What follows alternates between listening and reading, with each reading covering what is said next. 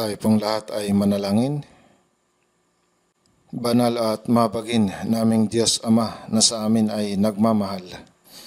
Salamat po dahil nahabag ka po sa amin ng mga naligaw sa kasalanan at lumayo sa iyo. Nagpapasalamat kami dahil sa dakilang biyaya na inako ng Panginoong Hesus ang sumpa at kahatulan na dapat naming tanggapin. At sa pamamagitan ng kanyang mahalagang dugo, nalinis ang aming mga kasalanan magpakailanman at naligtas kami na wala kaming anumang ginawa. Ngayon, kami na mga tinubos ng mahalagang dugo ng Panginoon ay nagtitipon sa iyong harapan upang mag-aral ng iyong salita at magkaroon ng fellowship sa gitna ng banal na kapulungan na lumalakad kasama ka. Nagpapasalamat po kami dahil dito. Samahan at tignan nawa kami ng Panginoon sa oras na ito. Pakiusap, hawakan mo po ang bawat isa sa pamamagitan ng iyong mahabaging mga kamay. Kung may sino man sa gitna namin ang hindi pa lubos na nakakaunawa ng biyaya ng Diyos, buksan mo ang kanilang puso upang tunay nilang maunawaan ang iyong dakila at kamanghamanghang biyaya at matanggap nila ang kaligtasan. Punuin mo po ang bawat isa sa amin ng iyong salita, biyaya at ng kapangyarihan ng Espiritu Santo upang mabuhay kami ng karapat-dapat na buhay bilang mga anak ng Diyos na walang ikakahiya. Dalangin namin na palakasin mo po kami sa pamamagitan ng iyong karunungan at kapangyarihan. Punuin nawa ng Panginoon ang maraming mga iglesia sa buong mundo at ang lahat ng mga kapatiran na nag-iingat ng kanilang pananampalataya at nangangaral ng Ebanghelyo kahit sa mga mahihirap na sitwasyon sa pamamagitan ng iyong biyaya, salita at kapangyarihan ng Espiritu Santo. Patnubayan nawa sila upang matapang na magpatotoo ng Ebanghelyo ng Panginoon sa anumang sitwasyon na nag-aakay ng maraming nawawalang mga kaluluwa na makarating sa harapan ng Panginoon at makatanggap ng kaligtasan. Sa oras na ito, samahan nawa kami ng Panginoon at higit kaming turuan ng dapat naming gawin. Kami mga lubos na mahihina pa at taglay namin ang maraming bagay na hindi nararapat sa paningin ng Diyos. Pakiusap, palakasin mo po kami sa pamamagitan ng iyong biyaya, salita at ng kapangyarihan ng Espiritu Santo at gawin mo po kaming mas ganap upang mabuhay kami bilang mga anak ng Diyos na walang ikakahiya. Ihanda mo po kami upang maging karapat-dapat sa papuri, kaluwalhatian at karangalan sa nalalapit na muling pagdating ng Panginoong Hesus. Panginoon, na nagbibigay sa amin ng mga salita na kinakailangan namin sa tamang panahon at nagtuturo sa amin ng daan na dapat naming lakaran maging sa ngayon, ihayag mo po sa amin ang iyong banal na kalooban at mas turuan mo po kami sa dapat naming gawin. Idinadalangin po namin ito sa pangalan ng Panginoong Hesus. Amen. Buksan po natin ang Biblia, mga awit 1, verse 1 hanggang 6. Mga awit 1, verse 1 hanggang 6.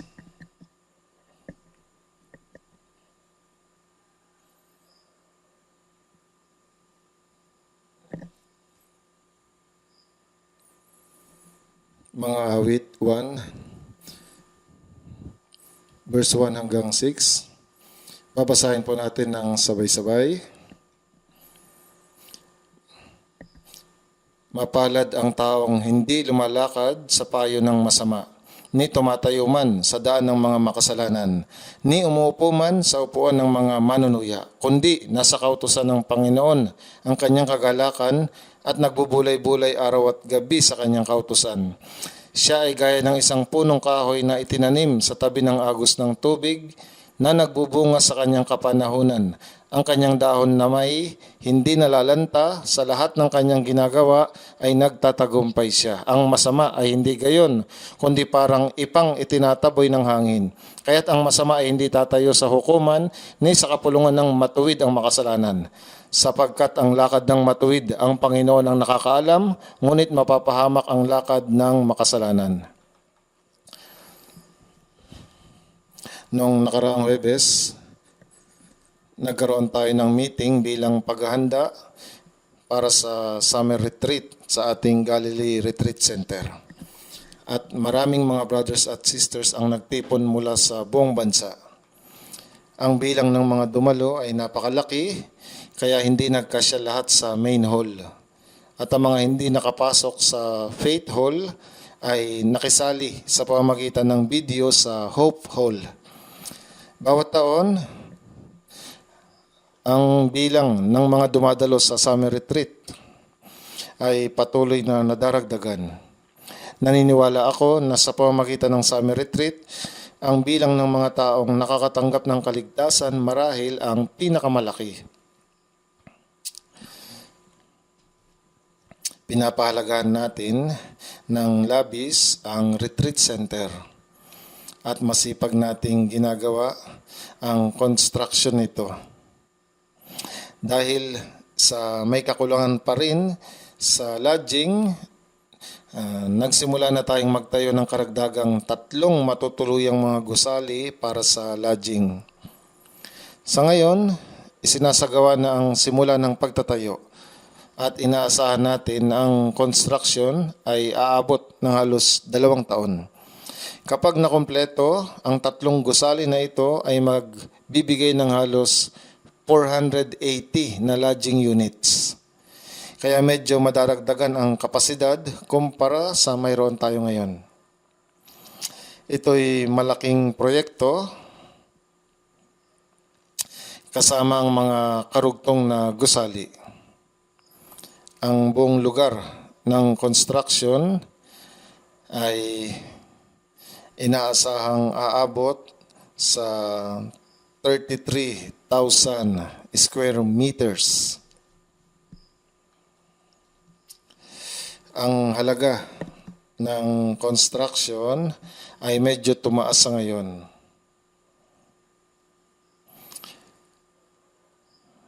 At inaasahan na lalagpas ito sa 2.4 billion pesos. Sa kabila nito, ang mga iglesia sa buong bansa ay nagtutulungan upang suportahan at maisagawa ang proyekto. Magpapasalamat tayo kung lahat ay magkakaroon ng interes, manalangin at sasali ng buong puso nila hanggang sa matapos ito. Sa pamamagitan ng retreat center, hindi lang tayo nakakapagdaos ng mga retreat, kundi nagtitipon din tayo mula sa buong bansa para sa fellowship, sa education at retreat ng mga ministers. May mga spring retreat, fall retreat, at 7 summer retreat. Bawat isa ay may dumadalong lagpas sa 10,000 tao. Dagdag pa rito ang idinadaos na winter retreat, kung saan nagtitipon din ang mga youth group sa retreat center. Ang retreat center ay ginagamit sa mahalagang paraan na kung wala ito, ang ating iglesia ay magiging labis na iba ngayon. Sa pamamagitan ng retreat center, ang mga iglesia sa buong bansa ay nagkakaisa, nag-aaral ng sama-sama ng salita, nag-evangelize, at aktibong nakikibahagi hindi lamang sa mga pambansang misyon, kundi maging sa pandaigdigang misyon. Maging sa ngayon, ang retreat center ay medyo malaki. At kapag ang bagong lugar na itinatayo ay natapos na, naniniwala ako na wala ng mas malaki pang retreat center kaysa atin sa buong mundo. Hindi natin ito ginagawa para maikumpara sa ibang mga church, kundi dahil sa kinakailangan ito.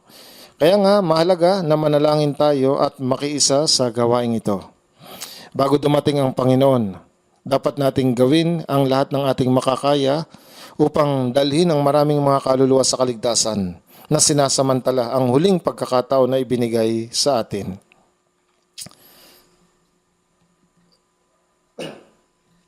Ngayong araw na ito, nais kong ibahagi sa inyo ang mensahe na may pamagat na ang daan ng isang tunay na Kristiyano base sa mga awit, chapter 1. Maaaring hindi ko matapos ang lahat ng nasa mga awit 1 sa araw na ito. Pero magbabahagi ako hanggat may oras. Gaya ng alam nyo, maraming mga bahagi ng mga awit ang isinulat ni Haring David ng Israel. Si David ay manunugtog, bihasa sa pagtugtog ng mga instrumento at isa ring makata. Hindi lamang siya nabuhay ng buhay na tapat na nagtitiwala sa Diyos at maalab na naglilingkod sa Kanya, kundi naipahayag niya rin ng maganda ang kanyang pananampalataya sa mga awit. Ang mga awit 1 ay itinuturing na kinatawan ng buong aklat ng mga awit mula chapter 1 hanggang chapter 150. Ang karamihan sa mga awit ay pinaniniwalaang isinulat ni Haring David. Ngayon, pag-iisipan natin ang mga awit chapter 1 na maaaring pamilyar na kayo.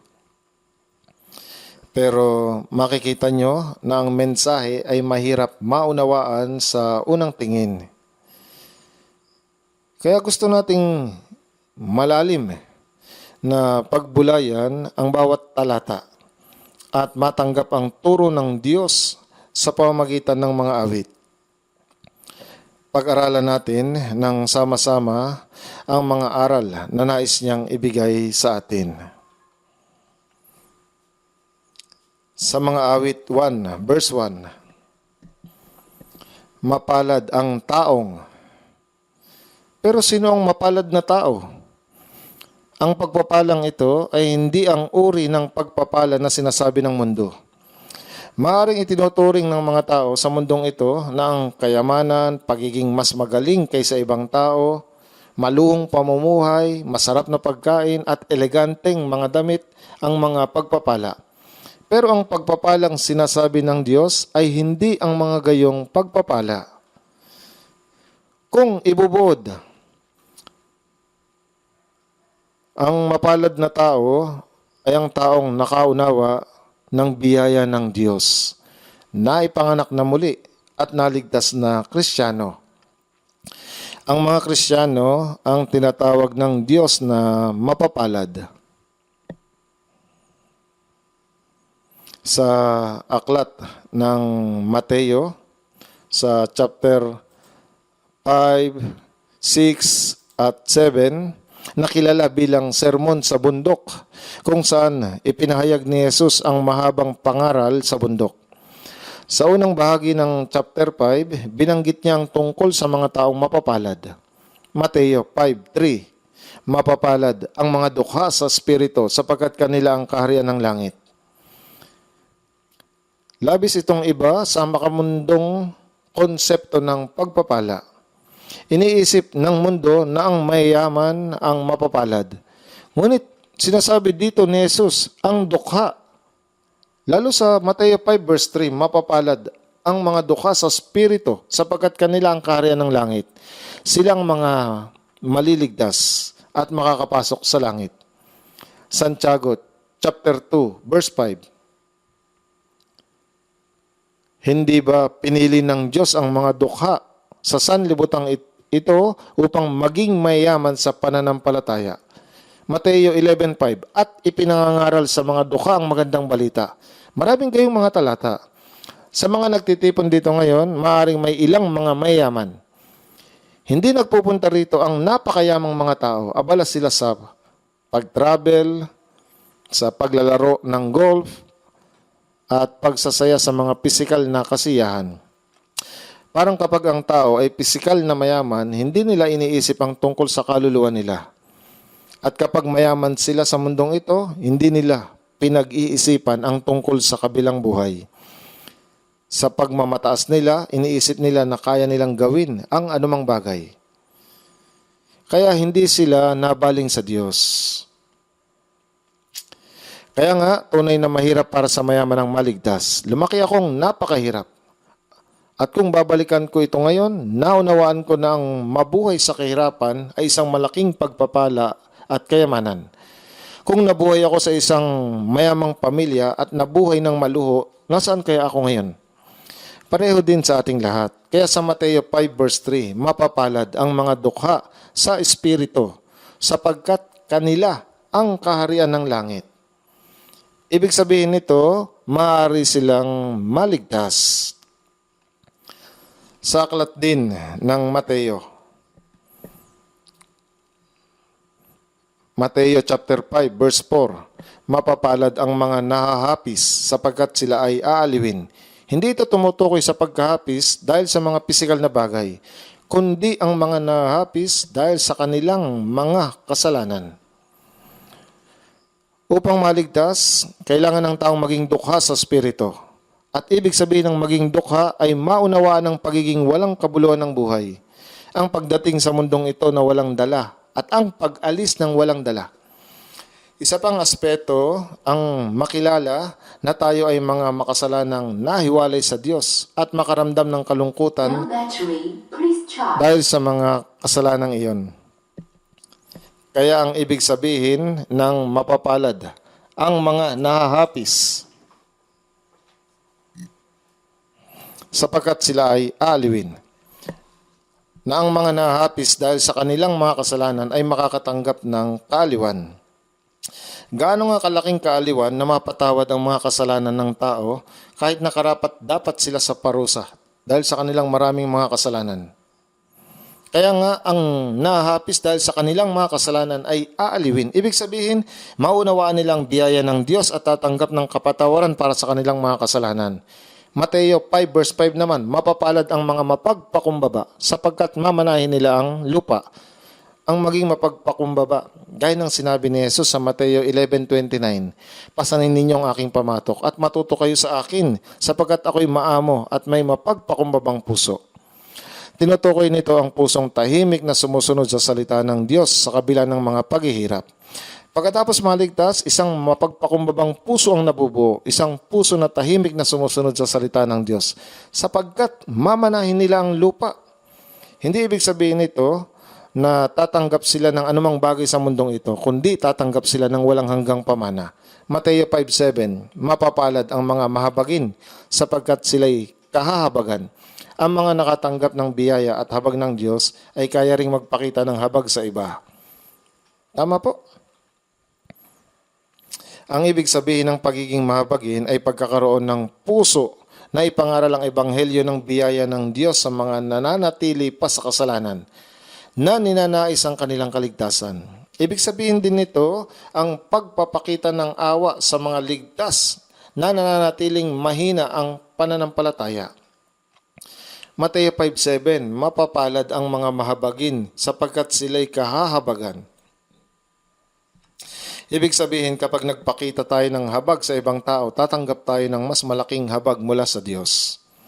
Mateo 5 verse 8 naman, mapapalad ang mga may malinis na puso sapagkat makikita nila ang Diyos.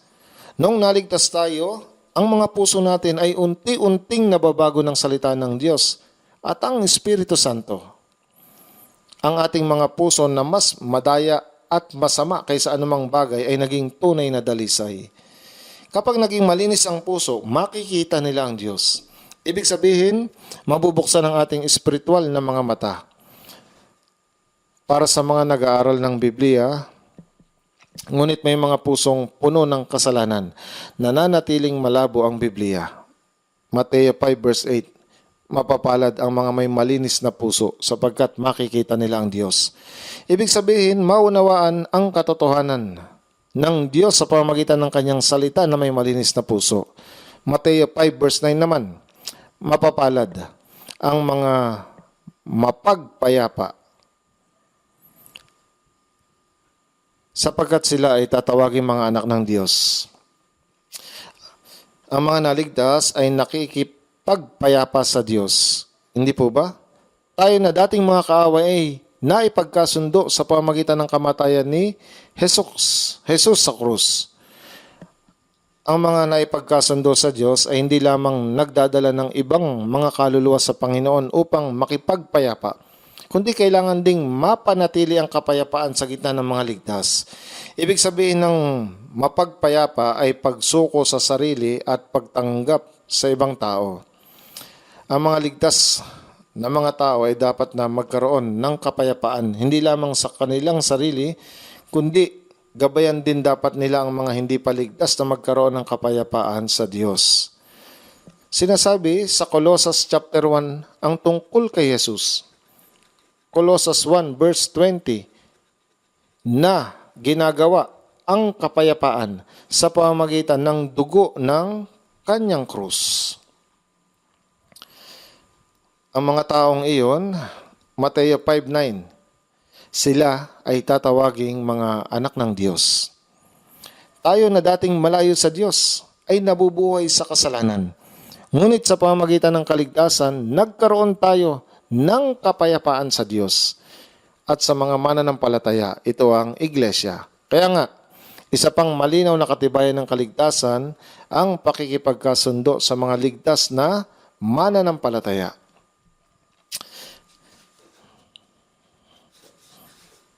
May ilang mga nagsasabing mga naligtas sila. Ngunit hindi nila kasundo ang ibang mananampalataya o hindi nakikisa sa kanila. May ganito po ba? Mayroong mali rito. Sinabi ni Jesus, Mateo 12:30, ang hindi panig sa akin ay laban sa akin, at ang hindi ko kasamang nagtitipon ay nagkakalat. Tinipon tayo ng Diyos na mga humayo sa sarili nating mga daan. Malayo sa Diyos, kay Kristo. Ang hindi ko kasamang nagtitipon ay nagkakalat. Ang iglesia ay tinawag upang magkaisa, gaya ng sinabi sa Efeso chapter 4 verse 3 na nagsisikap na mapanatili ang pagkakaisa ng Espiritu sa buklod ng kapayapaan. Ang mga taong gumugulo sa pagkakaisang ito ay kumikilos laban sa gawa ng Panginoon. May ilang mga tao ang hindi kayang mapanatili ang kapayapaan sa ibang mananampalataya dahil matitigas ang ulo nila.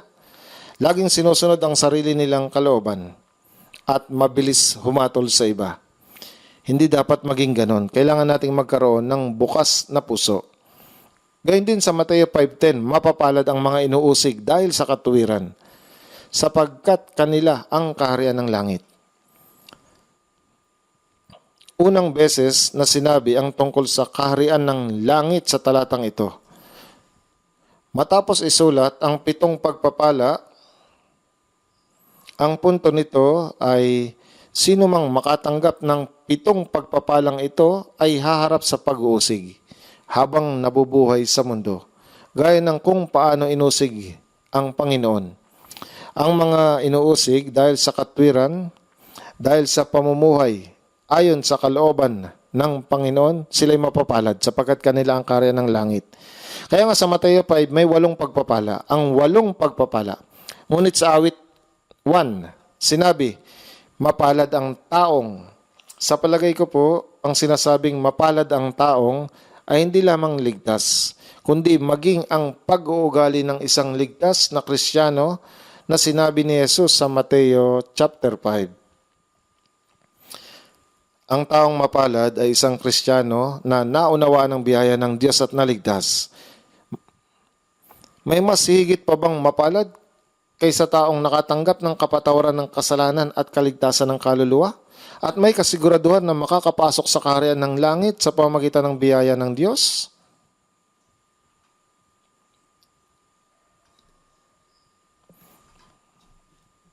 Tuwing kumakanta tayo ng himno sa araw ng Pasko, joyful, the Savior has come. He wants to bless us. He wants to bless us.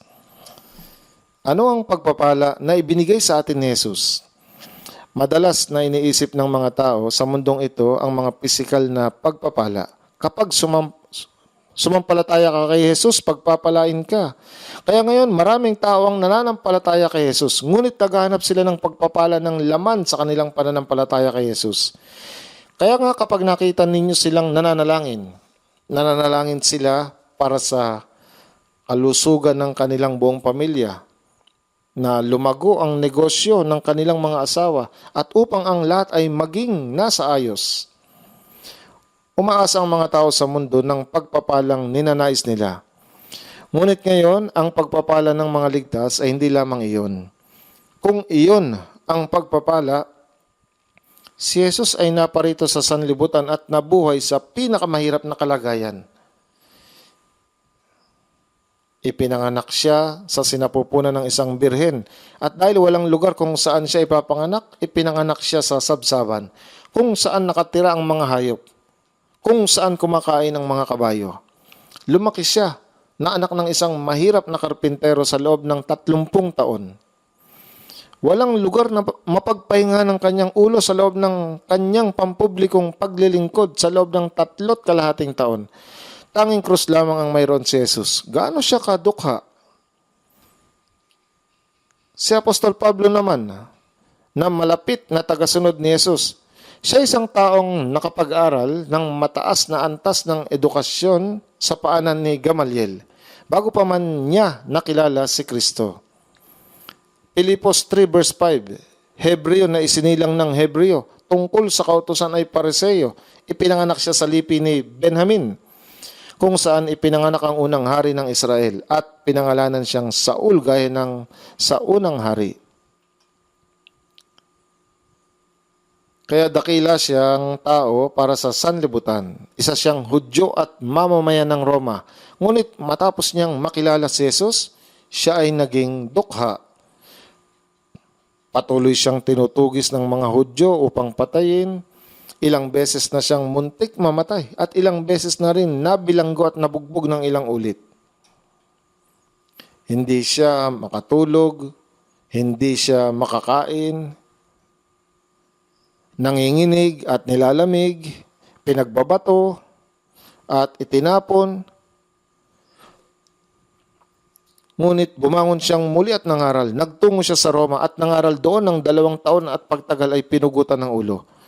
Siya isang taong nanampalataya kay Jesus at namatay. Ngunit sinabi ni Apostol Pablo, 2 Korinto 6:10, gaya ng walang pag-aari, gayunman mayroon ng lahat ng bagay. Hindi lamang si Apostol Pablo, ngunit maging tayo na maaaring maging dukha sa sanlibutan para sa kapakanan ni Kristo. Subalit tayo ay mga mamamayang espiritual, pinakamayaman at pinagpala. Kaya nang sabihing mapalad ang taong na nakasulat sa awit 1, ito ang mga born-again Christian. Ikaw at ako ay kasama roon. Mapalad ang taong. Ito ang mga ligtas na Kristiyano. Tayo ang mga taong nakatanggap ng kapatawaran ng mga kasalanan. Naligtas ang ating mga kaluluwa na naging mga anak ng Diyos at nagkaroon ng pag-asa na makapasok sa walang hanggang kaharian ng langit. Anong dakilang pagpapala pa ang maaari tayong magkaroon? Ganito dapat mabuhay ang mga pinagpalang mga Kristiyanong born again. Ito po ang simpleng paliwanag. Mapalad ang taong, awit 1, verse 1. Mapalad ang taong hindi lumalakad sa payo ng masama, ni tumatayo man sa daan ng mga makasalanan, ni umuupo man sa upuan ng mga manunuya. Hindi niya ito sinusunod. Sino ang makasalanan? Sa Biblia, ang dakilang makasalanan ay ang dyablo. Tama po? Sa Isaiah 14:12, makikita natin na nakuha ni Lucifer ang 3 bahagi ng mga anghel sa ilalim ng kanyang pamumuno at hinamon ang Diyos. Napalayas siya mula sa Diyos sapagkat nais niyang maging gaya ng Diyos. Kaya sa Mateo 25 verse 41, sinabi, doon kayo sa apoy na walang hanggan na inihanda sa dyablo at sa kanyang mga anghel. Si Satanas, ang dyablo, sila ay iisa. Ang 3 bahagi ng mga anghel ay napalayas sa dyablo at sa kanyang mga anghel. Sila ang mga napalayas na mga anghel. Sinabi niya na hindi inihanda niya ang walang hanggang impyerno para sa tao, kundi sa kanila. Ngunit hindi pa sila pupunta sa impyerno ngayon. Gayunpaman, ang kanilang tadhana ay ang mapunta sa walang hanggang impyerno. Panandalian silang pinalayas ng Diyos. Bakit? Sa Kawikaan 16 verse 4, ginawa ng Panginoon ang bawat bagay ukol sa layunin nito, pati ang masamang tao ukol sa araw ng gulo. Ginagamit ng Diyos ang lahat sa mundong ito para sa sarili niyang layunin. Ngunit mahirap maunawaan kung ano ang sinasabi ng Diyos. Ginawa ng Panginoon ang bawat bagay ukol sa kanyang layunin, pati ang masamang tao ukol sa araw ng gulo. Ginagamit din niya ang dyablo. Paano niya ginagamit ang dyablo? Sa mga nilikha ng Diyos, sinasabing ang mga anghel ang pinakamaluwalhating mga nilalang. Sila ang pinakamakapangyarihang nilalang kasunod ng Diyos. Gayunpaman, ang mga anghel ay mga espiritu na naglilingkod sa Diyos. Sila ay mga lingkod ng Diyos. Sila ay mga manggagawa ng Diyos. Hindi maaaring maging anak ng Diyos ang mga anghel. Hindi maaaring maging babaeng ikakasal kay Kristo. At hindi namatay si Jesus sa krus para sa mga nagkasalang anghel. Hindi niya pinatawad ang kanilang mga kasalanan. Kapag nagkasalang isang anghel, tapos na ito para sa kanila. Inihanda ang walang hanggang impyerno para sa kanila. Ngunit bago sila mapunta sa impyerno, ginamit sila ng Diyos. Paano sila ginagamit ng Diyos? Ang layunin ng paglikha ng tao ay ibang-iba sa layunin ng paglikha ng anghel. Nilikha ang tao upang maging gaya ng Diyos, sa wangis ng Diyos. Ngunit sa halamanan ng Eden, Genesis 1 verse 27, kaya't nilalang ng Diyos ang tao ayon sa kanyang sariling larawan. Ayon sa larawan ng Diyos, siya nilalang. Sila'y kanyang nilalang na lalaki at babae. Nilikha ng Diyos si Adan at Eva. At siyempre, nilikha sila ng Diyos ayon sa kanyang wangis na tumutukoy sa kaluluwa. Ngunit ano ang nangyari sa halamanan ng Eden? Nang nilikha sila sa wangis ng Diyos upang maging gaya ng Diyos, dapat silang mabuhay habang buhay na gaya ng Diyos. Dapat na pumasok ang mga tao sa kaluwalhatian ng Diyos. Dapat silang umakyat sa parehong posisyon ng kaluwalhatian na gaya ng Diyos. Nilikha ng Diyos ang mga tao sa wangis ng Diyos upang maging gaya sila ng Diyos. Gayunpaman, si Adan at Eva ay marumi. Dahil nilikha ang tao ayon sa wangis ng Diyos upang magkaroon ng buhay na walang hanggan, upang mapunta sa langit, at upang maging anak ng Diyos, upang maging instrumento ng pag-ibig ng Diyos. Ngunit hindi ngayon. Hindi pa siya ganap. Hindi pa siya perpektong nilalang. Bakit? Upang makamit ang kaluwalhatian ng pagiging gaya ng Diyos, dapat siyang makapasa sa isang pagsusulit. Ang maging gaya ng Diyos ay hindi isang bagay na binibigay ng walang bayad. Dapat kang maging karapat-dapat sa kaluwalhatiang ito. Dapat kang makapasa sa pagsusulit. Anong uri ng pagsusulit ito? Dapat mong malagpasan ang pagsusulit ni Satanas. Ang dyablo na pinalayas ay sinusubukang maging gaya ng Diyos. Ito ang dahilan kung bakit hindi kaagad dinala ang dyablo sa impyerno. Ngunit ginagamit ang dyablo sa layuning iyon. Sa Genesis 1, nilikha ng Diyos ang liwanag sa unang araw. Genesis 1:4, nakita ng Diyos na ang liwanag ay mabuti. Sa pangalawang araw, nilikha niya ang kalawakan. Ang kalawakan ay isang makapal na ulap sa ibabaw ng daigdig na may tubig sa ilalim ng kalawakan at tubig sa ibabaw ng kalawakan. Ang tubig na nasa ilalim ng kalawakan ay naging gaya ng karagatan. At ang mga tubig sa ibabaw ng kalawakan ay malinaw at nakapalibot sa mundo. Ang kalawakang iyon ay tinatawag nating kalangitan, kung saan ang ibon ay nakakalipad at ang mga eroplano ay nakakadaan. Ngunit nang nilikha ng Diyos ang kalawakan, walang binanggit na sinabi niyang ito'y mabuti.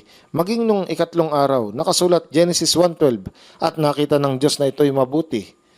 Genesis 1:25, at nakita ng Diyos na ito'y mabuti. Sa huling araw, sinabi Genesis 1:31, nakita ng Diyos ang lahat ng kanyang nilikha at ito'y napakabuti.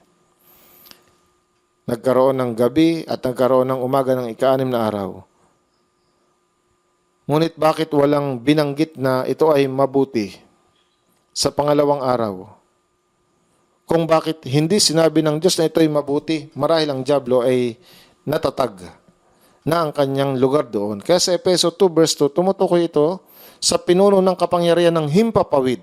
Efeso 6:12, tumutukoy ito sa laban sa hukbong espiritual ng kasamaan sa kalangitan. Doon ang lugar kung saan natatag ang dyablo ng kanyang lugar. Itong dahilan kung bakit hindi masabi ng Diyos na ang pangalawang araw ay mabuti. Pagkatapos nilikha ng Diyos si Adan ay nilikha sa wangis ng Diyos upang magkaroon siya ng buhay na walang hanggan. Maging minamahal ng Diyos at maging kanyang anak. Ngunit sa ngayon, nanatili siyang hindi ganap. Dapat muna siyang makapasa sa pagsusulit. Anong uri ng pagsusulit? Dapat niyang malampasan ang tukso ni Satanas. Ang dyablo na pinalayas dahil sa nais maging gaya ng Diyos, doon lamang siya magiging tunay na gaya ng Diyos. Kaya ang dyablo ay pinahintulutang makapaglibot ng malaya. Bagamat hindi makita ni Adan, mula sa paningin ng Diyos, ang dyablo ay naroon sa halamanan ng Eden. Napalayas siya dahil nais niyang maging gaya ng Diyos. At ngayon, na hinahanda na ng Diyos na ibigay ito sa tao, gaano na lamang nanibugho ang dyablo. Kaya't pinupuntirya niya ang tao na naglalayong ihiwalay siya mula sa Diyos at hilahin siya sa impyerno kung saan siya mismo ay patungo. Iyon ang dahilan kung bakit siya naghihintay. Kaya't binigyan ng Diyos ang dyablo ng pahintulot na subukin si Adan. Pinahintulutan ito ng Diyos. Walang magagawa ang dyablo kung walang pahintulot ng Diyos. Pinahintulutan ng Diyos ang dyablo na tuksuhin si Adan. Anong naging pagsubok? Sa halamanan ng Eden, naroon ang puno ng buhay at ang puno ng pagkakilala ng mabuti at masama. Kung isang tao ay kumain mula sa puno ng buhay, siya ay tatanggap ng buhay na walang hanggan. Sila ay magiging katulad ng Diyos. Ngunit kung ang isang tao ay kakain mula sa puno ng pagkakilala ng mabuti at masama, sila ay mamamatay.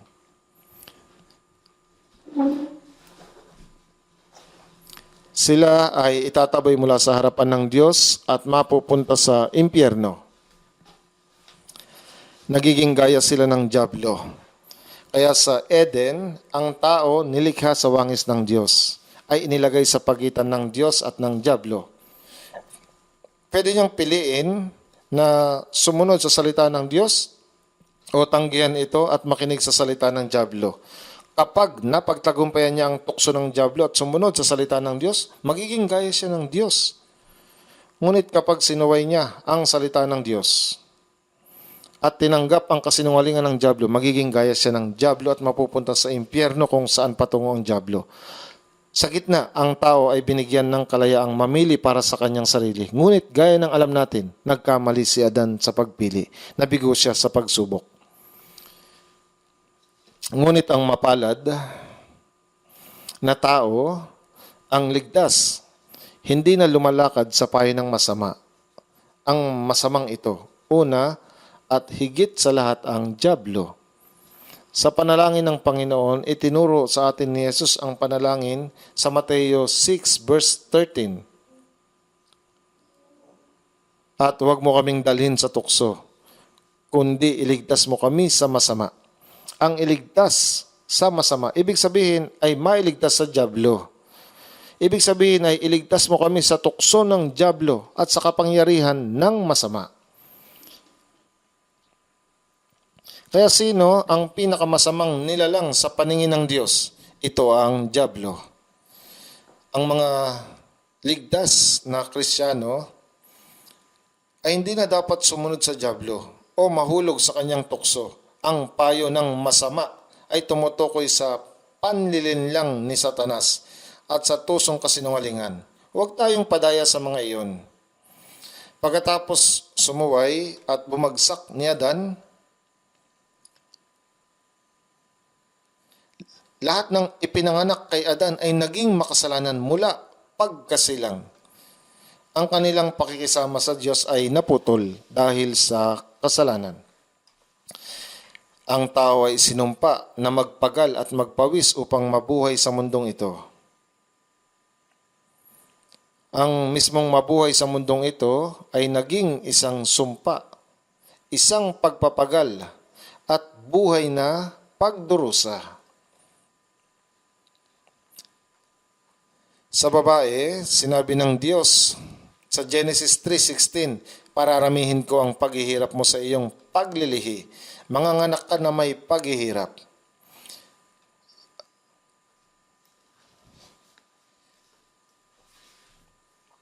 Ang buhay ng tao mismo ay napuno ng pagpapagal, kalungkutan at sumpa. Kaya ang bawat tao ay ipinanganak na isang makasalanan dahil kay Adan, na nagmana ng kanyang likas na pagkamakasalanan. At ano ang payo ng masama? Ito ang lumang likas na pagkamakasalanan na itinanim ng dyablo. Mapalad ang taong hindi lumalakad sa payo ng masama.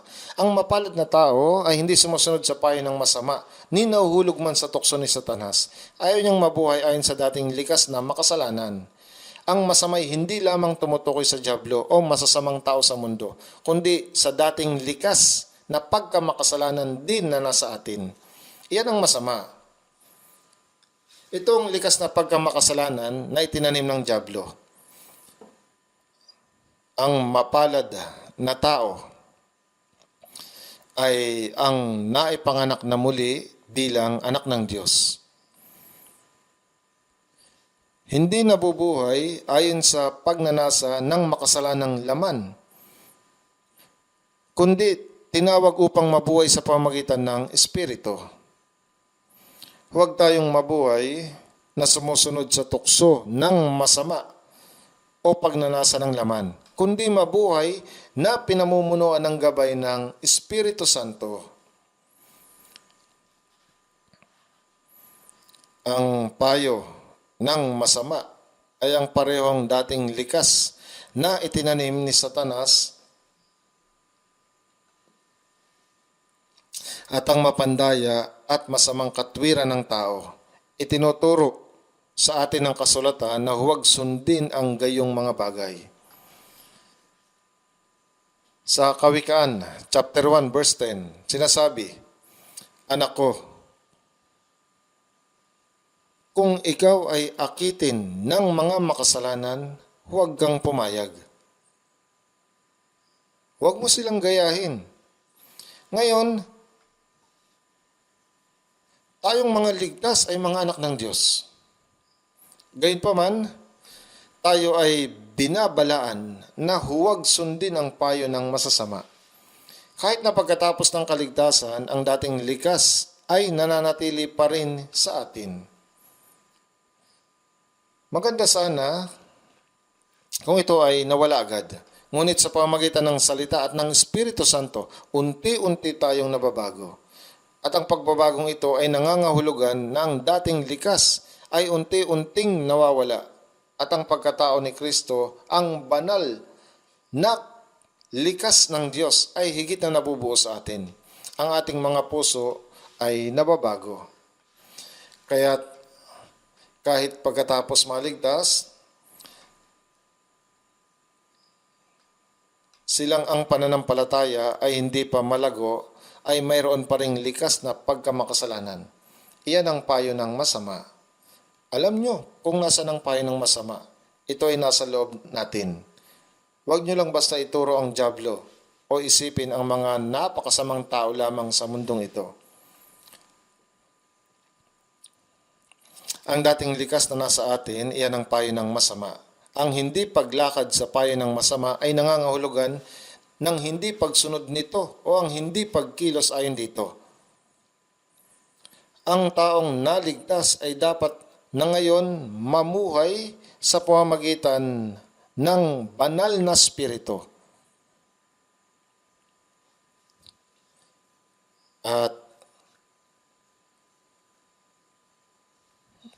at sumunod sa salita ng Diyos at hindi mamuhay ayon sa dating likas na binigyan ng kapangyarihan ni Satanas. Galatia 5 verse 16, lumakad kayo ayon sa Espiritu at huwag ninyong bigyan ng kasiyahan ng mga pagnanasa ng laman.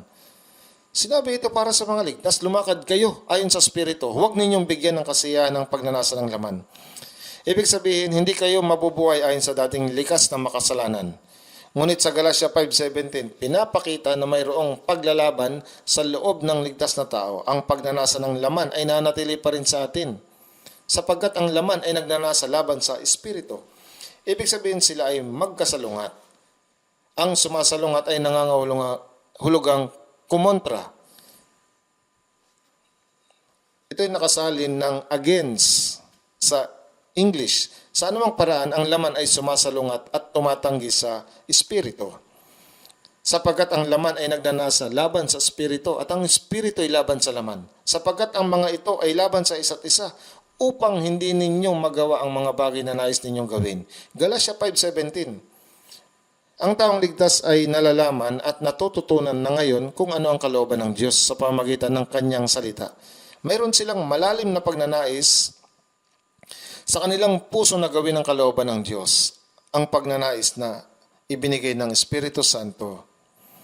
Gayunman, ang dating likas ay nanatili, sumasalungat at tumatanggi ito sa pagnanais ng Espiritu. Kapag narinig ng ligtas na tawang salita, sinasabi nila, Opo, salamat po. Dapat akong mabuhay ayon sa salita ng Diyos. Mabubuhay ako ayon sa kalooban ng Panginoon. Ang ganyang pagnanais ay naroon. Kung wala ito, kung ganon, ito ay isang kasinungalingan. Kung wala ito, may mali. Ang pagnanais ay naroon. Ngunit ang tunay na tanong ay ito, nabubuhay ba talaga tayo ayon sa salita ng Diyos? Pagkatapos ng mensahe at paglabas natin sa church building, ang pusong nais sumunod sa salita ng Diyos ay nagsisimulang maglaho. Habang bumababa tayo ng hagdan, nagsisimula tayong mag-isip, kailangan ko ba talagang mamuhay ayon sa salita? May sarili akong kalagayan. Kung susubukan kong mamuhay ayon sa salita, magkakaroon ng mga paghihirap. Kapag may nakikita tayong naglalakad na nakasuot ng magarang damit, iniisip natin, wow, ang ganda. Kapag may dumaan na bagong kotse, iniisip natin, sana mayroon din ako niyan. Pumapasok ang inggit at ang mga bagay na hinahabol ng sanlibutan ay nagsisimulang magmukhang kaakit-akit sa atin. Ganyan ang nadadaya. Ganyan ang pakana ng masama. Naintindihan niyo ba? Kailangan niyo talagang pag-isipan ang tungkol dito. Ang mundong ito'y punong-puno ng kasalanan. Kapag dumalo tayo sa church, natututo tayo ng salita ng Diyos at ang ating mga puso'y naantig na mamuhay ayon dito. Ngunit kapag lumabas na tayo, ang mga bagay ng sanlibutan ay nagsisimulang tuksuhin muli ang ating mga puso. Kaya sa Roma chapter 8, verse 7 hanggang 8, kaya nga hindi tayo namumuhay ayon sa kalooban ng Diyos. Tingnan natin Roma chapter 8. Roma chapter 8.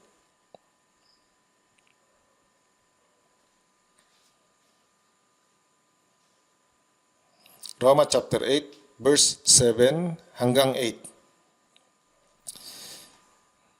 Basahin natin ang sabay. Sapagkat ang kaisipan ng laman ay pagkapuot laban sa Diyos, sapagkat hindi ito napapasakop sa kautusan ng Diyos, ni hindi nga maaari, at ang mga nasa laman ay hindi makapagbibigay lugod sa Diyos. Sapagkat ang kaisipan ng laman ay pagkapuot laban sa Diyos, maging ang taong ligtas ay mayroong pang makalaman na kaisipan at ang dating likas na hindi pa lubusang nababago. Kaya ang kaisipan ng laman ay pagkapuot laban sa Diyos. Bago tayo naligtas, siyempre po, tayo ay mga kaaway ng Diyos. Ngunit kahit pagkatapos ng kaligtasan, ang likas na iyon ay nanatili. Ang likas na sumasalungat sa Diyos, na nagiging kaaway ng Diyos. Sa Mateo 10:36 may talatang nagsasabi, at ang magiging kaaway ng tao ay ang sarili niyang mga kasambahay. Ngunit mayroon ding kaaway na nasa loob ko. ang bahagi ko na ayaw sumunod sa salita ng Diyos, sapagkat ang kaisipan ng laman ay pagkapuot laban sa Diyos, sapagkat hindi ito napapasakop sa kautusan ng Diyos, ni hindi nga maaari. Ayaw ng laman na magpasakop sa kautusan. Mayroong kaisipan na kailangan ko ba talagang mamuhay ayon sa salita ng Diyos? Kaya ang laman ay hindi nagpapasakop sa kautusan ng Diyos. Dapat itong mabago. Hanggat hindi nangyayari ang pagbabago, may paglalaban sa loob sa pagitan ng pagnanasa ng laman at ng Espiritu Santo. Kaya sinasabi ng Biblia, ang mga nasa laman ay hindi makapagbibigay lugod sa Diyos. Maging ang isang taong ligtas, kung nabubuhay pa rin siya ayon sa laman, hindi niya mabibigyang lugod ang Diyos. Roma chapter 8, verse 13 hanggang sa 14. Ang laman ay may kaisipan na sumasalungat sa Diyos. Dapat din nating tandaan na ang dating likas na maaaring gamitin ng dyablo ay nasa atin pa rin. Roma 8:13 hanggang 14. Roma 8:13 hanggang 14, basahin po. Sapagkat kung mamuhay kayo ayon sa laman, kayo ay mamamatay. Subalit kung sa pamagitan ng Espiritu ay pinapatay ninyo ang mga gawa ng laman, kayo ay mabubuhay. Sapagkat ang lahat ng pinapatnubay ng Espiritu ng Diyos ay silang mga anak ng Diyos. Sapagkat kung mamuhay kayo ayon sa laman, kayo ay mamamatay. Ngayon ito ay isang napakalakas na pahayag. Ngunit kung ang taong ligtas ay namumuhay ayon sa laman, sinusunod ang mga pagnanasa nito. Hindi lamang ang katawan niya ang mamamatay. Ang kanyang kaluluwa ay maaaring mapunta sa impyerno. Iyan ang magiging patunay na hindi talaga sila naligtas.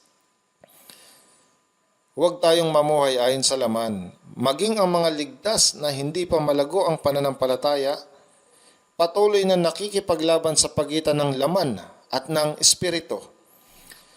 Minsan, nabubuhay ayon sa laman. Minsan ay nabubuhay ayon sa espiritu. Paunti-unti nababago. Hanggang kailan ito magpapatuloy? Ngunit kung ang sino man na nagsasabing siya'y ligtas pero nabubuhay ayon sa laman, gaya ng isang taong hindi ligtas, mamamatay siya.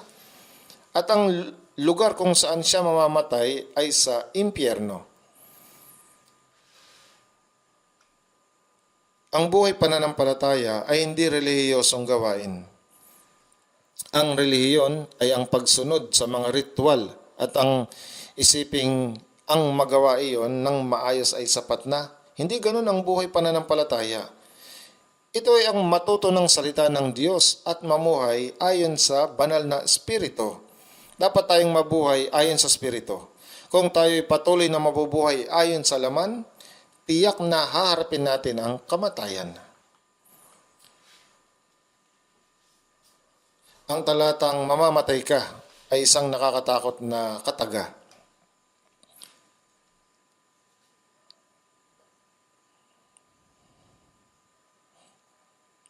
Habang pinag-iisipan ko itong mabuti, naunawaan kong hindi lang pisikal na kamatayan ang tinutukoy nito, kundi pati walang hanggang kamatayan. Dapat patayin ng mga Kristiyano ang mga gawa ng katawan sa pamamagitan ng Espiritu. Dapat nating mapagtagumpayan ang laman sa pamamagitan ng Espiritu.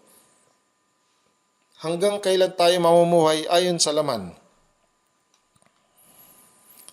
Kailangan nating suriin ang ating sarili. Sinasabi mong ligtas ka, na Kristiyano ka, at maaring maraming taon na ang nakalipas mula nang maligtas ka. Nagsisimba ka, tinatawag ang iba na brothers at sisters, at umaarte gaya ng mga naligtas. Pero kung nabubuhay ka na hindi ayon sa Espiritu, sa halip ay namumuhay ayon sa laman, ano ibig sabihin nito? Hindi ba iyon ay ebidensya na ikaw ay hindi pa talagang ligtas? Paano ang isang taong ligtas ay mabubuhay ng ganito? Kaya ang sinasabing kung ikaw ay namumuhay ayon sa laman, tiyak na mamamatay ka ay napakaseryoso at nakakatakot na pangungusap. Subalit kung sa pamamagitan ng Espiritu ay pinapatay ninyo ang mga gawa ng laman, kayo ay mabubuhay. Ang isang taong ligtas ay mayroong Espiritu Santo. Roma 8:9. Subalit kung ang sino may walang Espiritu ni Kristo, siya hindi sa Kanya. Ang Espiritu Santo ay nasa atin. Unti-unting sinasakop ng Espiritu ang laman at binabago ang ating puso upang mamuhay ng ayon sa kalooban ng Diyos ng paunti-unti. Kaya nga sinasabi sa Roma 8:14, sapagkat ang lahat ng pinapatnubayan ng Espiritu ng Diyos ay sila ang mga anak ng Diyos. Ang Espiritu ng Diyos ay ang banal na Espiritu.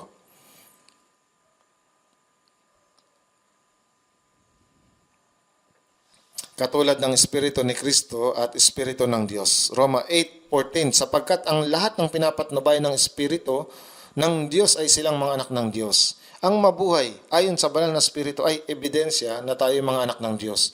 Ngunit kung ang sino man ay hindi nabubuhay ayon sa Espiritu, pero sinasabi lang na sila ay Kristiyano o nag-aangkin na sila ay ligtas, kung ganon, hindi pa talaga sila ligtas. Yun ay mali, hindi ba?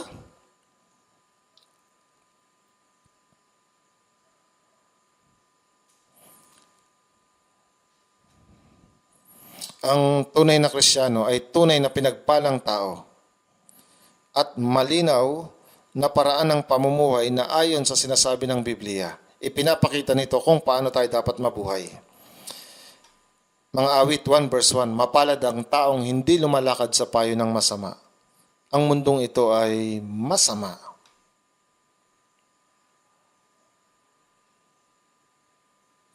Ang mundong ito ay masama.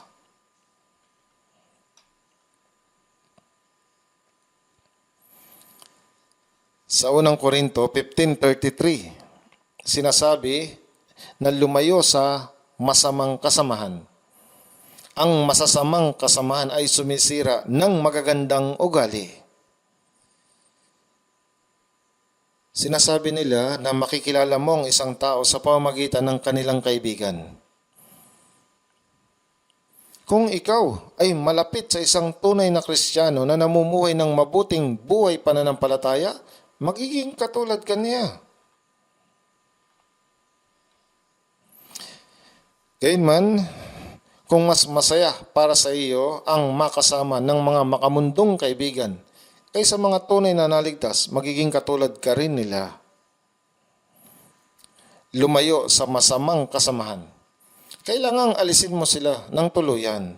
Pagkatapos mong maligtas, kailangan mong suriin ang mga relasyong ito. Kailangan nating gumawa ng mga pagkakataon para maibahagi ang ebanghelyo sa kanila. Para sa layunin ng pangaral ng ebanghelyo. Gayunman, kailangan nating tuluyang putulin ang ating ugnayan sa hindi mananampalataya at masasamang kaibigan. Kung hindi, gaya ng sinasabi sa unang Korinto 15:33, ang masasamang kasamahan ay sumisira ng magandang ugali. Magiging dahilan sila ng pagkatisod sa ating buhay pananampalataya. Kaya nga sinasabi, huwag kayong padaya. Sinasabi sa unang Pedro chapter 5 verse 8, magpakatino kayo, magbantay kayo. Ang dyablo na inyong kaaway ay tulad ng leong gumagala at umuungal na humahanap ng malalapa. Unang Tesalonica 5:6, manatiling handa at magpakatino. Ang dyablo ay talagang gumagala at umuungal gaya ng leon na naghahanap ng malalapa. Ang mga taong hindi ligtas, silang namumuhay ayon sa laman, ay tulad ng mga nasa loob na ng tiyan ng dyablo dahil sila ay nailunok na. Tulad ng leong gumagala at umuungal na humahanap ng kanyang malalapa, kailangan mong maunawaan na kahit pa para sa taong ligtas, kahit na ang kanilang kaligtasan ay hindi na mawawala, ang kanilang buhay pananampalataya ay maaaring mawasak. Kung ganon, kung ang taong ligtas ay mamumuhay gaya ng taong hindi ligtas na mayroong buhay pananampalataya, yun ay magulo. sila po ay tinatawag na makalaman. Kahit pa sila ay naligtas. Kung sila man ay naligtas o hindi, hindi talaga natin matitiyak. Kaya sinasabi sa Awit 1 verse 1, mapalad ang taong hindi lumalakad sa payo ng masama, ni tumatayo man sa daan ng mga makasalanan. Tama po. Tungkol sa daan ng mga makasalanan. Mayroong daan na pinupuntahan ng mga makasalanan. Sa Mateo 7:13 hanggang 14, sinasabi, pumasok kayo sa makipot na pintuan, sapagkat maluwag ang pintuan at malapad ang daang patungo sa kapahamakan, at marami ang pumapasok doon. Sapagkat makipot ang pintuan at masikip ang daan patungo sa buhay, at kakaunti ang nakakatagpo niyon. Mayroong dalawang daanan. Sapagkat maluwang ang pintuan at malapad ang daan patungo sa kapahamakan, at maraming pumapasok doon. At sapagkat makipot ang pintuan at masikip ang daan patungo sa buhay, ibig sabihin, mahirap ang daanan. At kakaunti ang nakakatagpo niyon. Gayunpaman, iniisip ko noon na ang makipot at maluwang na pintuan sa talatang ito ay kumakatawan sa pagitan ng mananampalataya at hindi mananampalataya. Kagaya ng nalalaman ninyo, kakaunting tao lamang ang pumapasok sa makipot na pintuan. Sa ibang salita, ang kakaunting bilang ng mga sumasampalataya kay Jesus, sila ang mga naligtas. At tungkol sa mga pumapasok sa maluwang na pintuan, sinasabi na marami ang pumapasok doon sapagkat maluwang ang pintuan at daan patungo doon. Hindi po iyon mali.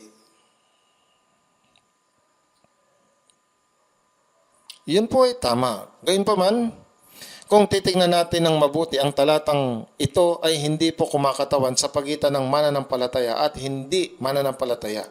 Sinasabi po ng talatang ito na mayroon pong dalawang uri ng mananampalataya. Kung titingnan natin ng ibang talata, Mateo 7 verse 21, hindi lahat ng nagsasabi sa akin, Panginoon, Panginoon, ay papasok sa kaharian ng langit, kundi ang gumaganap ng kalooban ng aking Ama na nasa langit.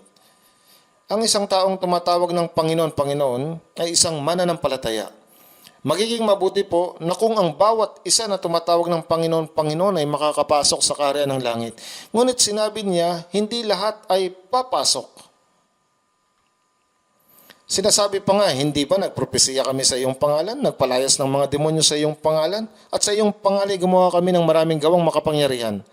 At sinabi ng Panginoon, hindi ko kayo kilala kailanman, lumayo kayo sa akin, kayong mga gumagawa ng kasamaan.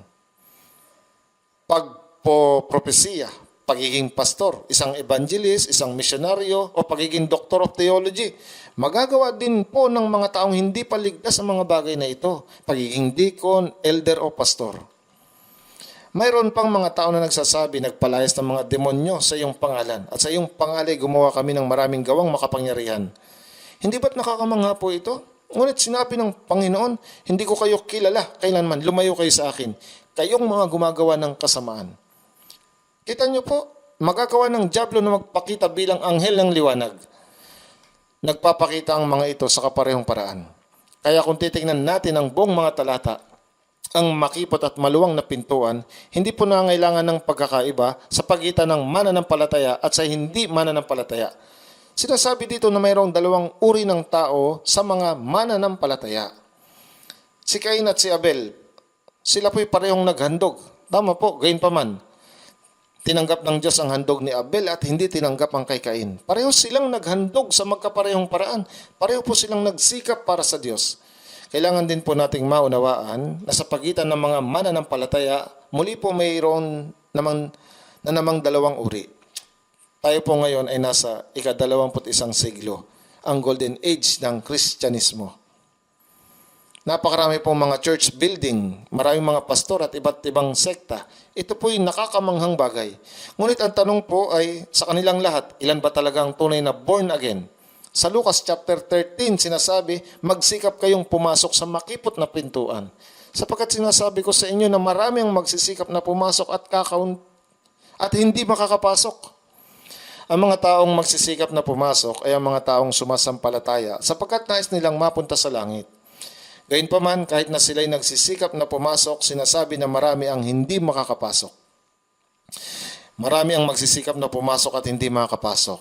Sa susunod na talata, sinasabi na pagkatapos na maisarang pintuan, magsisimula kayong tumayo sa labas at tumuktok sa pintuan na magsasabi, Panginoon, pagbuksan mo kami. At siya isasagot sa inyo, hindi ko kayo.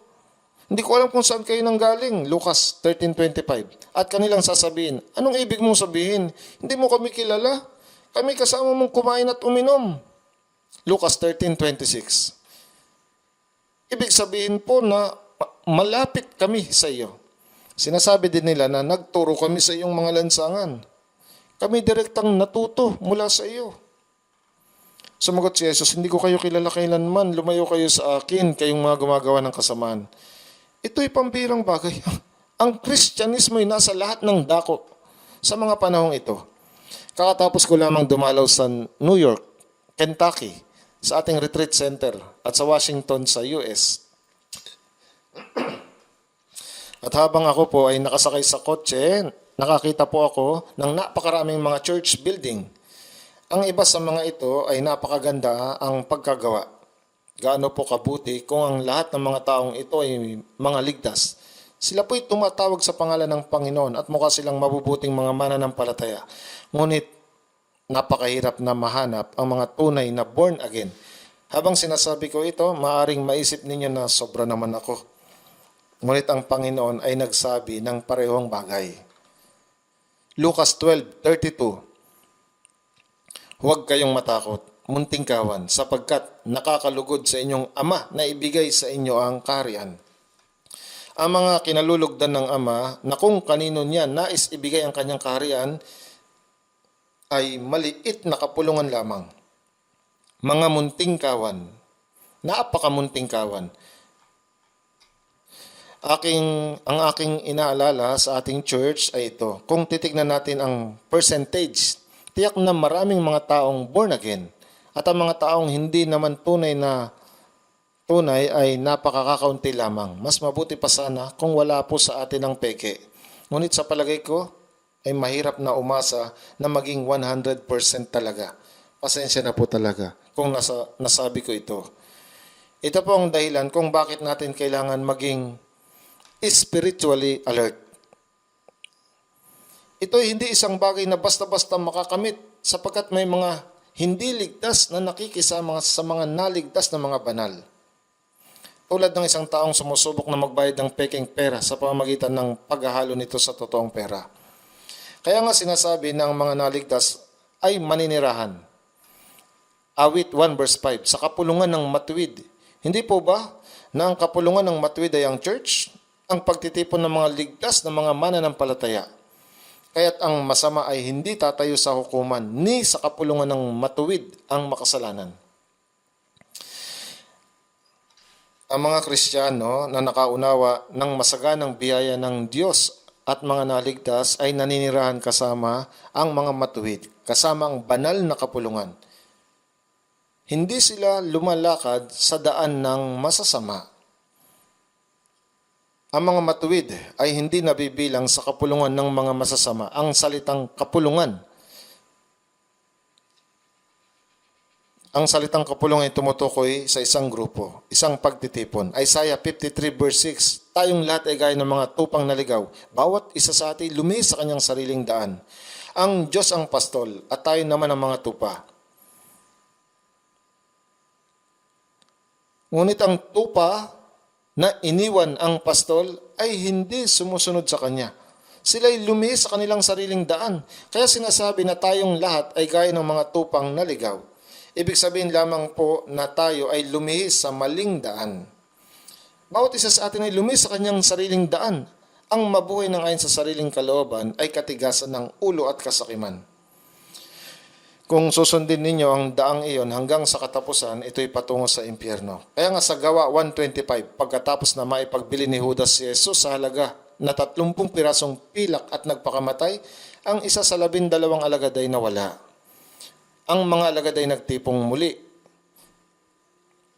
upang pumili ng isa na papalit sa kanya. At habang nanalangin ay kanilang sinabi sa Gawa 1:25, sa pagka-apostol na tinalikuran ni Judas upang siya'y pumunta sa sarili niyang lugar. ang bumagsak sa kanyang sariling daan hanggang sa katapusan. Kanyang sariling daan ay ang impyerno. Kaya kung lilis tayo sa sarili nating daan, sa huli, ito ay patungo sa impyerno. Ngayon, tayo ay dapat lumakad sa daan na inilagay sa atin ng Diyos. Sinabi sa Hebreo 10:20, Hebreo 10:20, na kanyang binuksan para sa atin ang isang bago at buhay na daan sa pamamagitan ng tabing sa makatwid ay ang kanyang laman. Naunawaan niyo po bang ibig sabihin nito? Nung si Jesus ay namatay sa krus, ang tabing sa templo sa Jerusalem, ang tabing ng dakong kabanal-banalan ay napunit sa dalawa. Mula sa itaas hanggang sa baba. Ano ba ang tabing? Sa harap ng bahagi ng tabing, narito ang dakong banal. Dito makikita ang mga naglilingkod sa templo. Sa likod naman ng tabing, naroon ang dakong kabanal-banalan. Ito ang lugar kung saan naroon ang Diyos. Sa araw ng pagtubos, sa ika-10 araw ng ika-7 buwan, ito ang araw na tumatanggap ng kapatawaran ang mga Israelita sa mga kasalanang ginawa nila sa loob ng 1 taon. Nagdadala sila ng dugo ng kordero o kambing o toro, bubuksan ang tabing at papasok doon at iwiwisik ang dugo. Mananalangin sa luklukan ng awa at lalabas. Kapag siya ay lumabas mula sa puntong iyon, ang mga kasalanan na kanyang ginawa ay muli niyang gagawin pagkatapos din ng araw ng pagtubos. Ngunit nung namatay si Kristo sa krus, napunit ang tabing mula sa itaas hanggang baba. Ibig sabihin nito na ang harang sa pagitan ng Diyos at tao ay naalis. Kaya sabi, ang isang bago at buhay na daan sa pamamagitan ng tabing sa makatwid ay ang kanyang laman. Nung namatay ang katawan ni Jesus, napunit ang tabing, ang pot ay naalis. Nung ipinako sa krus si Jesus, inulos ang kanyang tagiliran, sinibat ang kanyang puso at lumabas ang dugo at tubig. Sa sandaling iyon, ang pinto ng langit ay nabuksan. Ang harang na humaharang sa pagitan ng Diyos at tao ay napunit dahil sinasabi na ang tabing ay lumalarawan sa laman ni Jesus. Sa pamamagitan ng kamatayan ng laman ni Jesus, tayo ay nagkaroon ng tinatawag na isang bago at buhay na daan upang tayo makapunta sa Diyos. At sa awit 23 verse 3 sinasabi, pinanunumbalik niya ang aking kaluluwa, inaakay niya ako sa mga landas ng katwiran alang-alang sa kanyang pangalan. Pagpapanumbalik ng ating kaluluwa ay nangangahulugan na iniligtas niya tayo. Pinanunumbalik niya ang aking kaluluwa, inaakay niya ako sa mga landas ng katwiran alang-alang sa kanyang pangalan. Inaakay ng Diyos ang mga naligtas patungo sa landas ng katwiran. Kaya sabi rin, mapalad ang taong hindi lumalakad sa payo ng masama, ni tumatayo man sa daan ng mga makasalanan, ni umuupo man sa upuan ng mga manunuya. Ano po ang taong manunuya? Ang mga taong mapagmalaki na tumatanggi sa salita ng Diyos ay tinatawag na manunuya. Maging ang isang taong naligtas ay pwede ring maging ganito kung alam nila ang salita ng Diyos. Ngunit sinasabi nila, marahil, yan nga ang sinabi ng Diyos, pero ayaw kong mabuhay ng ganyan. Kung ganoon, ano po ito? Ito ang pagiging manunuya at masuwayin, di ba? Dapat ba nating hindi sundin ang salita ng Diyos? Sinasabi po sa Pilipos, Chapter 2, verse 8, sinabi ni Jesus, naging masunurin hanggang sa kamatayan, maging sa kamatayan man sa krus. Dahil si Jesus ay maamo at may mapagpakumbabang puso. Mateo 11:29, gaya ng tupa na sa harapan ng mga manggugupit sa kanya ay pipi, gaya ng kordero na dinadala sa katayan. Isaiah 53 verse 7. Hindi niya ibinuka ang kanyang bibig at siya'y tahimik, ito'y pagiging maamo. Ang taong naligtas, kahit gaano man magdusa o maghirap, siya ay simple at tahimik na sumusunod. Ito ang ibig sabihin ng pagiging maamo. Kaya ang salitang manunuya ay tumutukoy sa mga taong nakakaalam ng salita ng Diyos, ngunit hindi nabubuhay ayon dito. Sa halip ay nabubuhay sila sa sarili nilang pagnanasa. ito ay tunay na pagmamataas. Ito ang taong manunuya. Sabi, umuupo man sa upuan ng mga manunuya. Kaya tayo ay dapat na agad tumayo sa pagkakaupo doon. Tama? Kapag may gumagawa ng mali, tinatawag natin ang taong iyon na mapagmataas at masuwayin. Dahil alam niya ang salita ng Diyos, ngunit hindi niya ito ginagawa. Hindi tayo dapat umupo sa upuan ng mga manunuya, kundi tumayo mula doon at magtungo tayo sa Diyos. Habang ginagawa natin ito, nakatingin tayo sa Biblia. Buksan po natin. Awit 1, verse 1 at 2. Awit 1, verse 1 at 2. Buksan natin. Awit 1, verse 1 at 2. Awit 1, 1 at 2. Sabay-sabay. Mapalad ang taong hindi lumalakad sa payo ng masama, ni tumatayo man sa daan ng mga makasalanan, ni umuupo man sa upuan ng mga manunuya, kundi nasa kautusan ng Panginoon ang kanyang kagalakan at nagbubulay-bulay araw at gabi sa kanyang kautusan. Sabi, mapalad ang tao. Tayong mga Kristiyano ay hindi dapat lumakad sa payo ng masama. Ito ang tukso ng dyablo o kapag tayo nabubuhay ayon sa ating laman o sumusunod sa masasamang kasamahan. Kaya sabi, ni tumatayo man sa daan ng mga makasalanan. Hindi tayo sumasabay sa agos ng sanlibutan. Ni umuupo man sa upuan ng mga manunuya. Ibig sabihin, hindi tayo nananatili sa pagiging mapagmalaki at masuwayin na kung saan. Alam natin ang salita ng Diyos, ngunit tumatanggi tayong sundin ito. Kundi nasa kautusan ng Panginoon ang kanyang kagalakan. Ang kautusan ng Panginoon ay hindi lamang tumutukoy sa 10 utos. Ang kautusan dito ay tumutukoy sa buong salita ng Diyos. Sabi pa, at nagbubulay-bulay araw at gabi sa kanyang kautusan upang magalak sa salita ng Diyos at pagbulay-bulayan ito sa araw at gabi. Kinakailangan na sumalamin sa atin ang salita ng Diyos sa lahat ng oras, mapaaraw man o gabi. Gaano ba tayo tunay na nagagalak sa salita ng Diyos? Sinasabi sa mga awit 119 verse 15 hanggang 16. Sabi doon, ako'y magbubulay-bulay sa mga tuntunin mo at igagalang ang mga daan mo.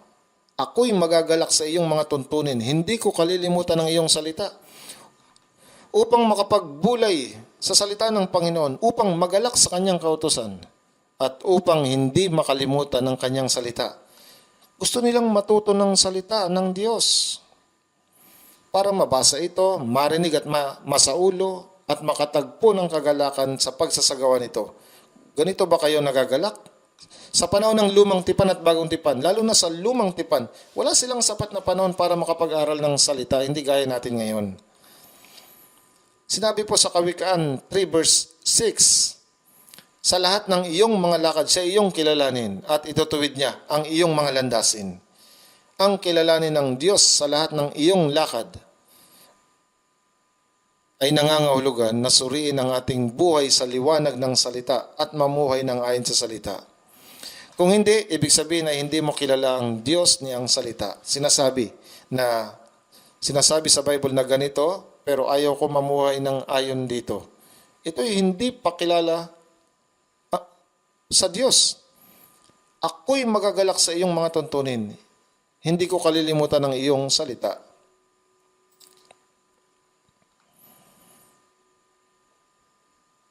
Sa mga awit 119, sa verse 50,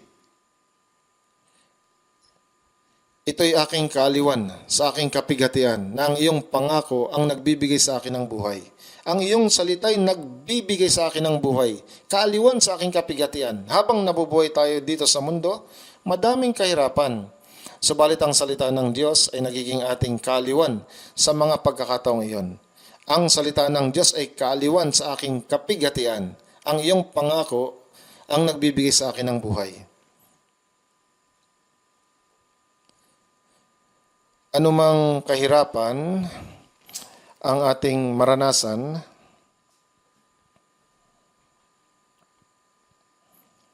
kung matututo tayo sa salita at magagalak, gigisingin nito ang ating mga puso upang mabuhay tayo ayon dito. At habang sumusunod tayo sa salita, ito ay magbibigay sa atin ng buhay. Ito'y aking kaaliwan sa aking kapighatian. Nang iyong pangako ang nagbibigay sa akin ng buhay. Ang iyong salita ang nagbibigay sa akin ng buhay.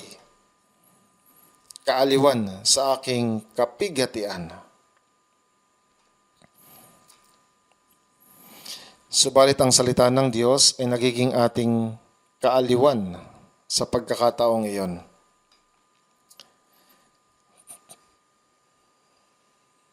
Titignan po natin at babasahin sa aklat ng mga awit.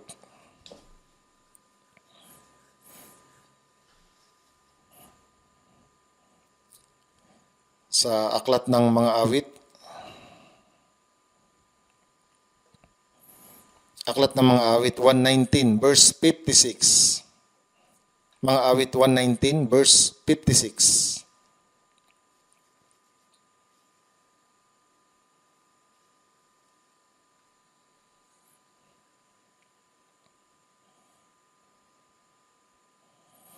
Mga awit 119 verse 56.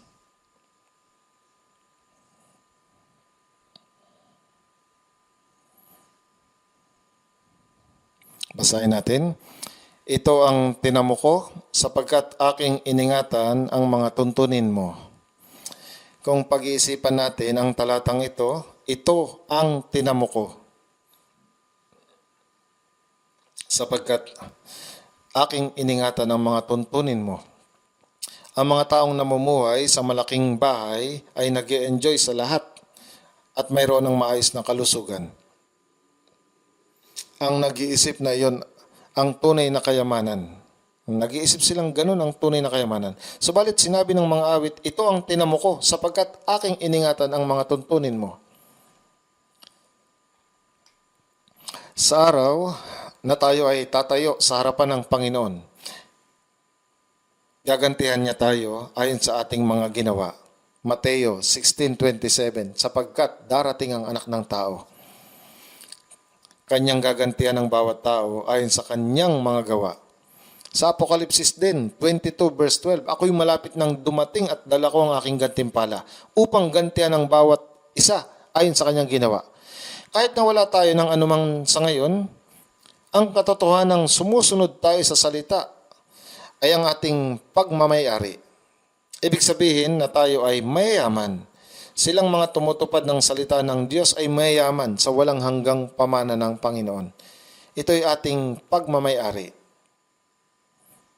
Ito ang tinamo ko sapagkat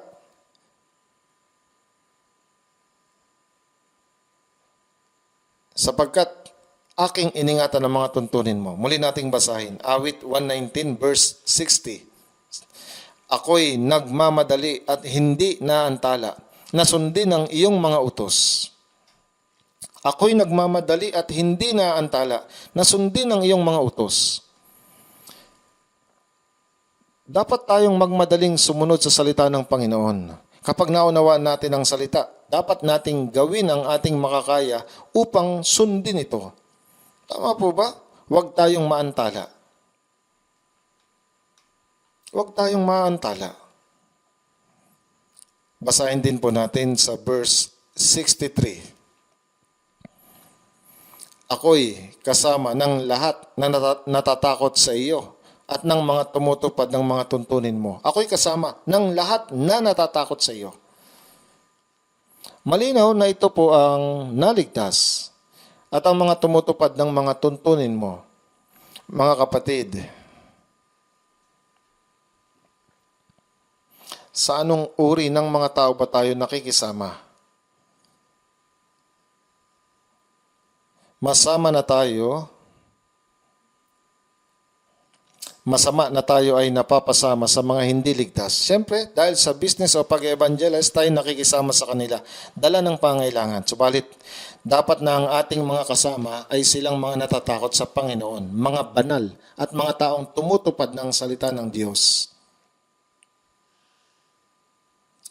May kasabihan na makikilala mo ang tao base sa kanyang mga kaibigan. Hindi dapat tayo magkaroon ng maraming makamundong mga kaibigan. Dapat po tayong magkaroon ng sinserong fellowship sa gitna ng samahan ng mga banal na tumutupad sa salita ng Diyos. Madami pa akong gustong sabihin mula sa aklat ng mga awit.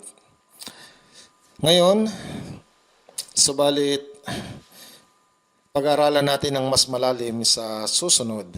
Pag-aralan natin ang mga awit 119. Ngayon, ito ang pinaka-mahabang chapter ng Biblia. Mayroon itong 176 na talata. Mahaba po. Subalit ito po ang gitna ng Biblia.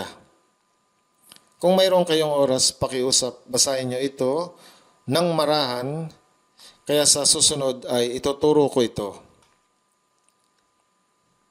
Sa mga awit 1, verse 1, mapalad ang taong hindi lumalakad sa payo ng masama, ni tumatayo man sa daan ng mga makasalanan, ni umuupo man sa upuan ng mga manunuya, kundi nasa kautusan ng Panginoon ng kanyang kagalakan at nagbubulay-bulay araw at gabi sa kanyang kautusan. Dapat nating matutunan ito, kabisaduhin at ingatan sa ating mga buhay. Manalangin na po tayo. Mahabagin naming Amang nasa langit, nagpapasalamat kami sa inyo para sa inyong dakilang biyaya. Sa mga huling araw, kami ay inyong pinili, iniligtas at pinabanal ninyo kami at inihiwalay mula sa kasamaan ng mundo at ginabayan kami upang mamuhay sa natitira naming buhay para sa inyong kaluwalhatian. Pakiusap, gabayan ninyo kami upang ang aming mga puso at buhay ay maging karapat-dapat bilang inyong mga banal na anak nang walang anumang dapat na ikahiya at kami ay makapamuhay lamang para sa inyong kaluwalhatian sa gitna ng mga banal. Nawa kami ay maging mga taong karapat-dapat na tumanggap ng papuri, karangalan at kaluwalhatian sa harapan ng maluwalhating presensya ng Panginoong malapit nang dumating.